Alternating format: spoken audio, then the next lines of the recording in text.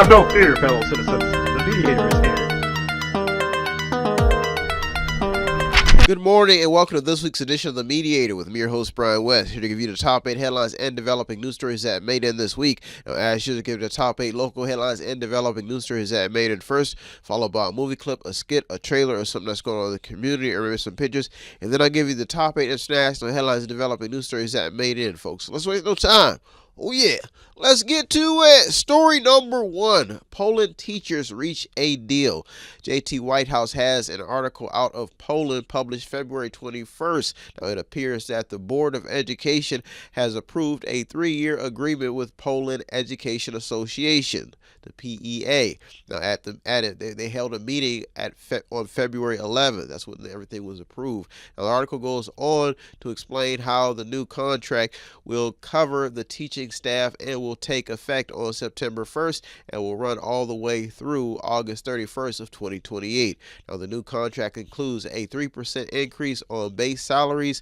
The contract even focuses on student-teacher pay, thus getting the story to the top. Story number 2, Camel looks to improve. Sheen Barron has a report published February 21st explaining how Mayor Brian K.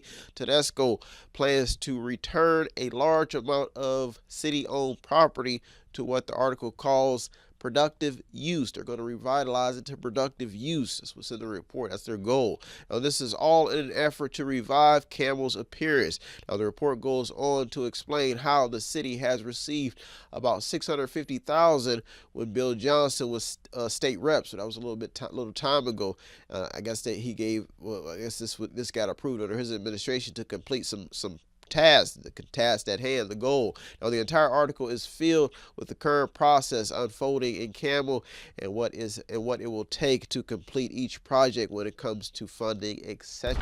Story number 3, East Palestine. The East Palestine tragedy is headed to federal court. Some of the stuff is going on now. The Lisbon Morning Journal has a report, an update out of East Palestine. It appears that several lawsuits have been filed in Columbiana County Common Pleas Court this year, which the article says are being transferred to federal court. Now, the article goes on to mention the plaintiffs who have filed the lawsuit to account for the damages that they're seeking. Now, the article succeeds at informing the reader about the actions being taken by those affected in the derailment and what is all at stake. Now, it appears, well, even the article, it even explains how some business owners have had to shut down and how rental properties have been affected.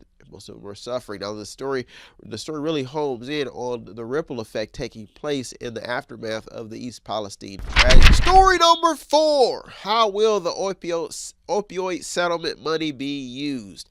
Ed Ryan has a report published February 22nd focusing on how Mahoning County officials are studying uses for $7.4 million in opioid settlement funds money. Now, the article goes on to explain how the commissioners will get the money from One Ohio Recovery Foundation over about 15 years and how they're now planning how to use the funds accordingly. Now, this is really the main premise of the report, but what got this story in is the amount of people who have been affected by the opioid problem, and if the problem that has spread into so many people's lives, including a lot of families, can be fixed with money. How can you patch it up with $7.4 million, folks? This story is still developing. Story number 5, $200,000 will be injected into another Youngstown project. It's time for a study. David Scolding has a report published February 22nd out of the Vindicator in what the headline calls a $200,000 boost. Now, it appears that the city has received a total of $200,000 to help in the city's downtown recovery for a number of issues. Now, the story's main focus is on low morale that is in the downtown area when it comes and how the effort to rebuild and rebrand has now turned out to be a bit of a mess. but the article maintains an optimistic feel, especially when you talk about people downtown, how they feel about the future and optimistic, making money and staying in business. Now, it goes on to inform the public on the players coming together to keep investments flowing into the downtown area. Folks, the story is still developing. Story number 6, layoffs and sales tax, a concern in Trumbull County. Raymond L. Smith has a report focusing on Trumbull County layoffs and sales tax hikes. The report's main talking point is what the county is doing. They're saying what the county is doing to minimize the county budget, stay within budget. Now, the goal as stated in the report is to fit costs within a $66.6 million price range for 2025. Now, the report goes on to inform the reader about how the budget was $6,909,132.94, more than the projected budget for the year before the airing of this show. So they're saying that they're trying to trim all that down, if that makes sense. Now, the report was published February 22nd, and commissioners have until April 1st, according to the article. I hope I got that right, but I'm pretty sure that's what it says. Now, the article goes on further to explain a number of what-if scenarios to meet budget goals, and it is definitely worth reading. Story number 7 and the top 2 local headlines and developing news stories that made it this week for you to keep you informed. That's all it is. If you do want to show some support, it does not take much. All you do is visit the website on the screen, buy something, click on something, watch something, read something, or just sponsor a program. Or you can stop at the store at 5648 Market Street in Boardman, Ohio. Stop in the store and see my smiling face. Buy something in the store to show some support. Story number 7, budget cuts for city schools. Dan Pompley has a report focusing on a simple solution to fix the Youngstown City School budget, and that is to increase enrollment by roughly 1,700 students next year. They need to do that if they want to meet some budget goals. Now, the article goes on to cite Mike DeWine's budget and how he plans to cut more than $103 million from the funding for the state's 611 public school districts. Wow.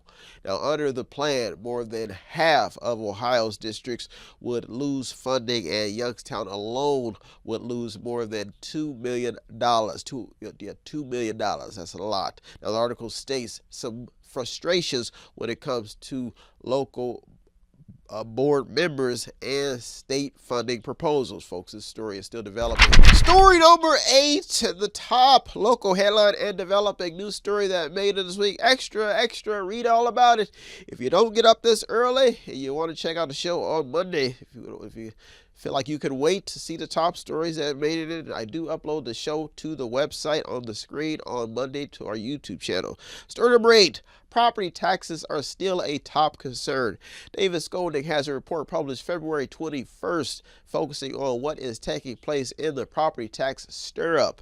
Now, it appears that State Rep David Thomas, a Republican who represents parts of Trumbull County, as stated in the report, has introduced 2 more bills in the Ohio House in an attempt to answer the call to those affected by higher property taxes. The report explains how he wants to reform the state's property tax system, each aimed at voting, levies, and the entire process of how property taxes are included in the equation. Now, the piece goes on to explain how Thomas says that the legislation is important and will give communities more precise data for changes.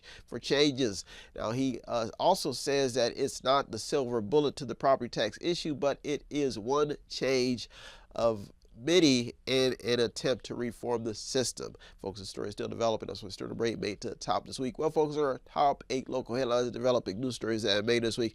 I'll be right back with top 8 international headlines and developing news stories. So don't you go anywhere. The Mediator, me, Brian West. I'll be right back.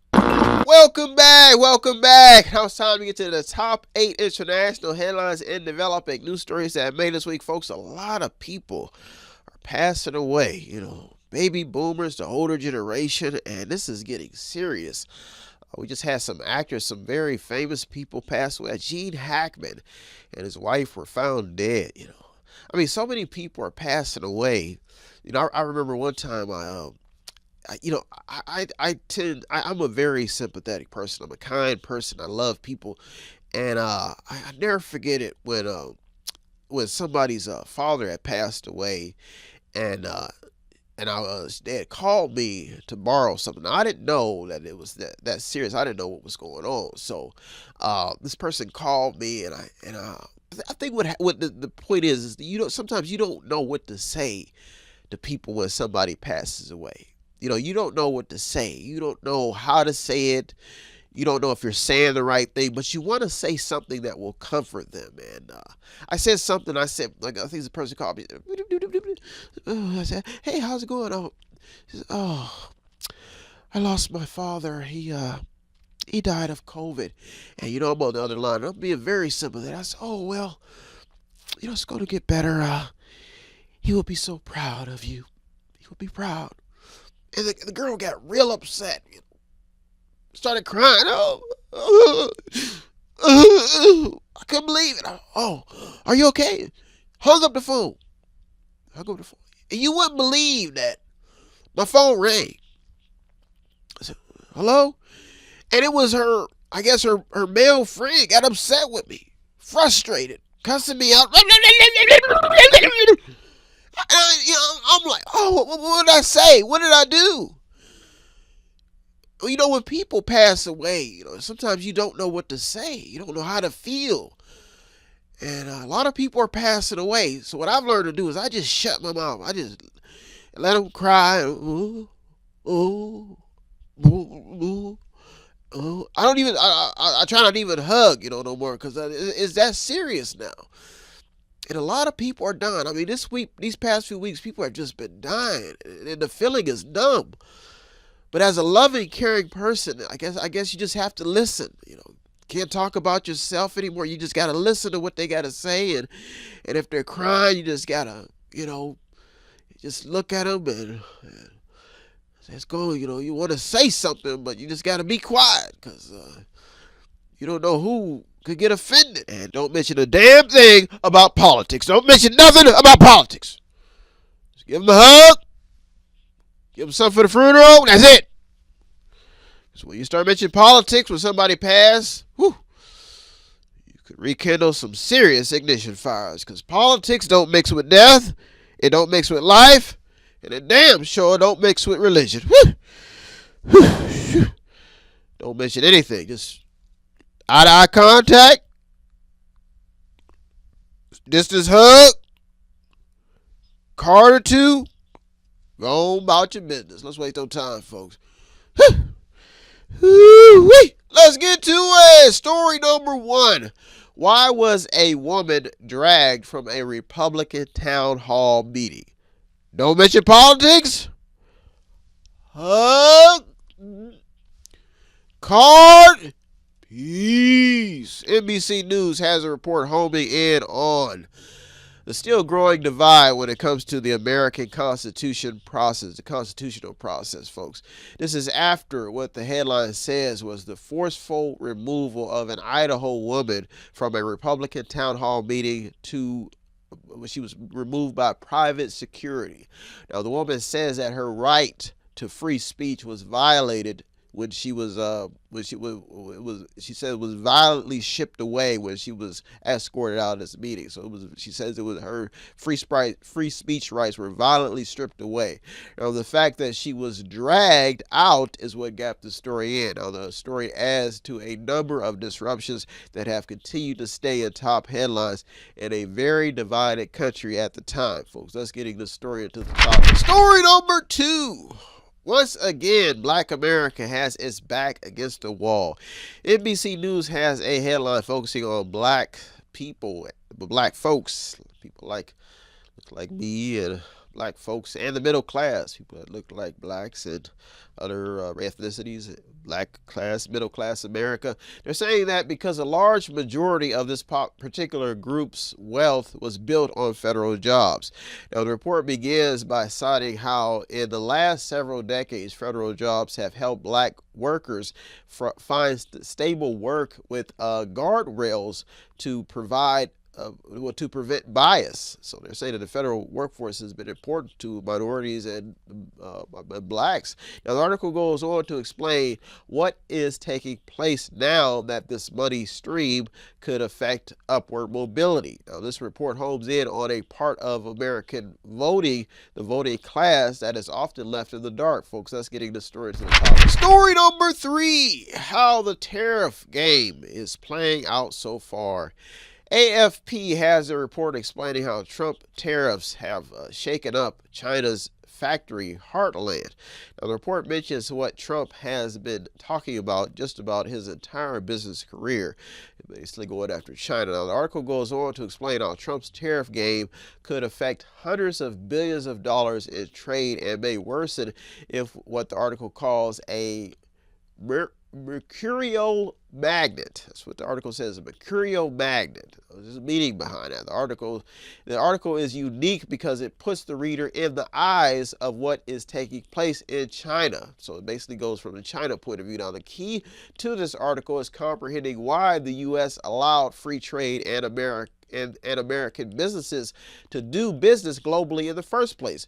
Now the biggest question is in this game, not war, in this game, is how will the U.S. develop the cheap labor in a system built in regulation while also attempting to slash cheap labor? So how will we keep up when it comes to getting cheap labor overseas? How will we get cheap labor in America when they're slashing cheap labor, basically getting rid of illegals and all that other stuff? Now, this story could spark a lot of questions on how this game can be won, because both countries legally volunteered to play under a leader who is now putting on the brakes at a price, folks. That's getting the story to the top. Story number 4. There could be one challenge for DOGE, Doge. Axios has a report explaining how Elon Musk's Doge efforts have hit a brick wall. How does that mean? They're saying they run out of ideas and everything else. Now, the piece was written by Emily Peck. She states that despite his threats, Elon Musk can't simply fire federal employees for not responding to an email. Now, this is according to attorneys and former senior federal officials. Now, the article really goes in on how the federal workforce works and even goes into federal policy that could, what the article explains, they're saying that it could be seeping into the executive branch, folks. That means that they may be looking to the executive branch for answers, but it looks like the executive branch is the one. So it's kind of tangled up here, folks. This story is still developing. That's story number 4 made it this week. Well, folks, are our top 4 international headlines developing news stories that made this week. I'll be right back with the top 4. So don't you go anywhere. The Mediator, me, Brother West. I'll be right back. Welcome back. Now it's time to get to the top 4 international headlines and developing news stories that I made this week, folks. We're into March. This is a month about luck and fortune. Now, I've personally they're also talking about healthcare and how there was a shooting where someone went into a medical facility because they were frustrated about the care that was received and their parents have passed away. Now, my advice to people is, especially when it comes to your children, teach them how to do paperwork and teach them how to understand how the system works, because my mother is currently battling through cancer, if you did not know, and when she left her employer, when she had to be put on family medical leave, she had insurance through her employer. So now me and my sisters, we had to figure out, some things about her insurance. And what I found out is that if the doctor, if a patient is, now these doctors are just, they have a system, man.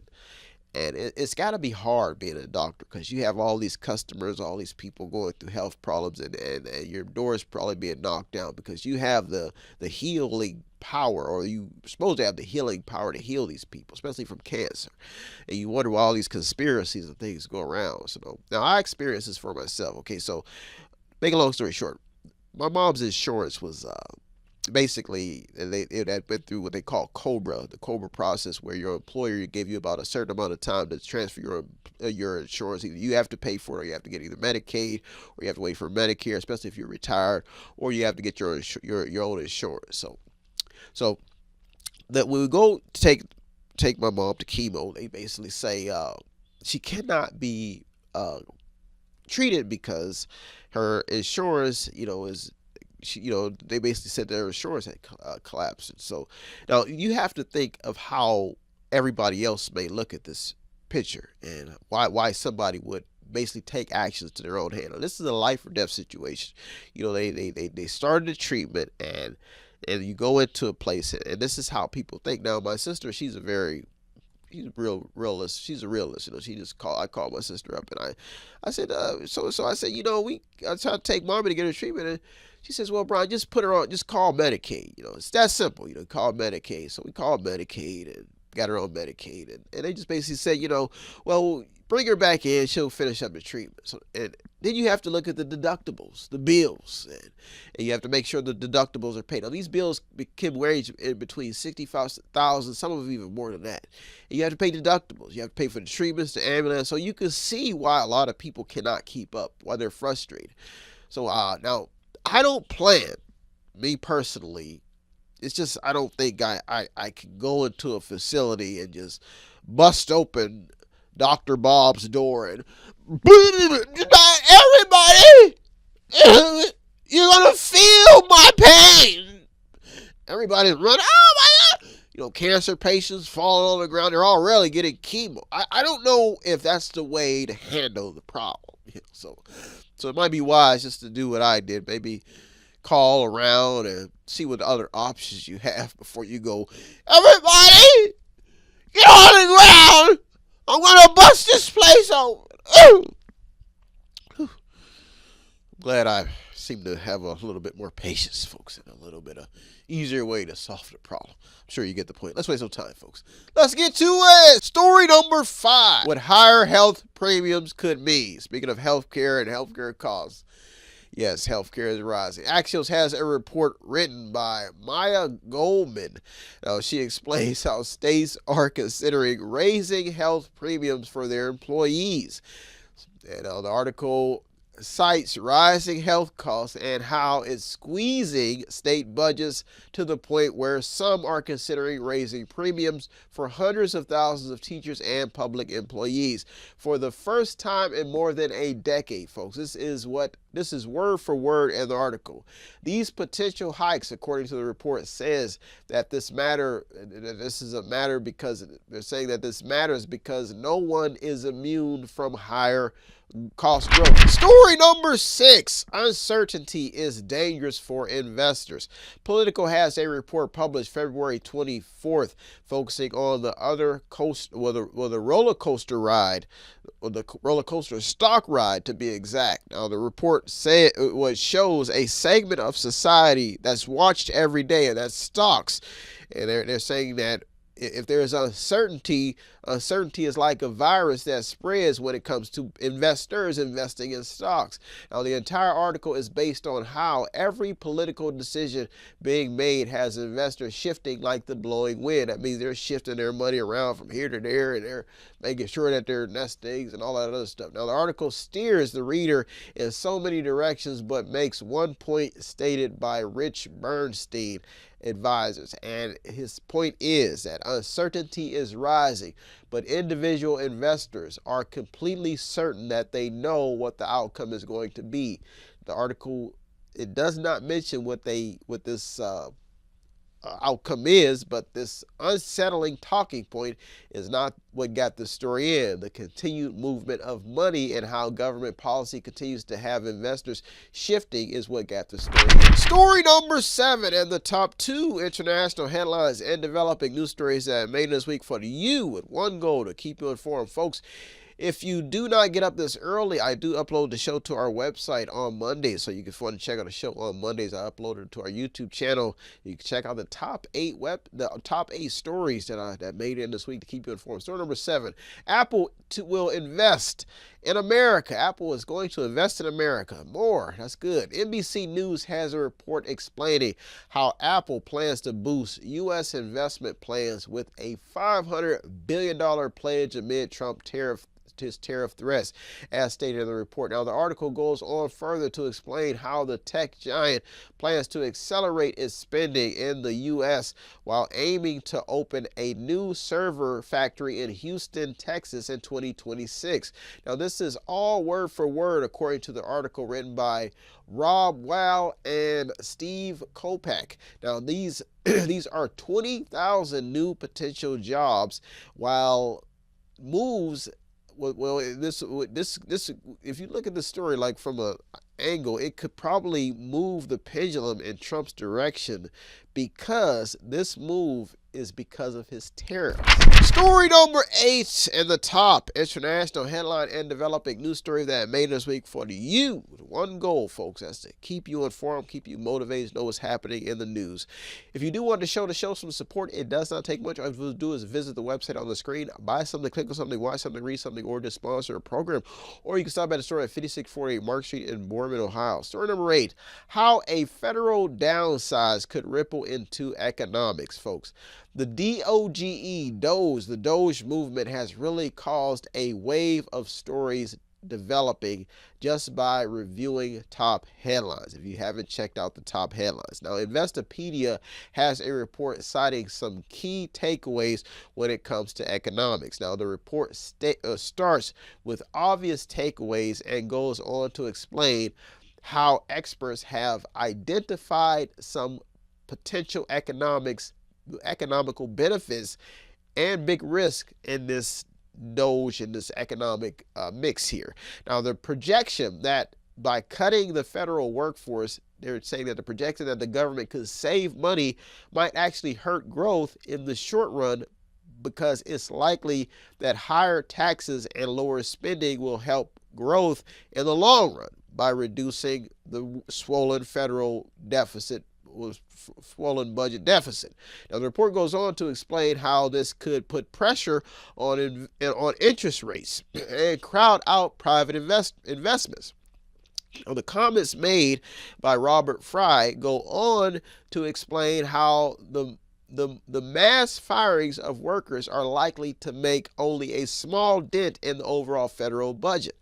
Now, the report goes on to cite the risk involved with 75% of these eyes off of the job, because the unemployment rate is going to go up, is going to go through the roof. The article is filled with projections, but really shows how Doge has shifted the pendulum in so many different directions, because it's like dumping a huge number of government employees into the private sector and seeing how they're going to evolve. Now, this story is still developing. That's the story number 8 made to the top this week. Well, folks, are top 8 local and international headlines and developing news stories that made this week. I hope you got something out of today's program. I always get something out of doing the research. As usual, I thank all the news outlets, the journalists, the people on the front lines. You deserve all the credit. I'm just the media, the man in the middle, navigating your story just to keep people informed. Well, folks, I am out of here. I hope you enjoyed this week's show, and welcome to March. Have a good week, everybody. Thank you for tuning to the Mediator with me, Brian West. Peace. Have no fear, fellow citizens. The Mediator is here.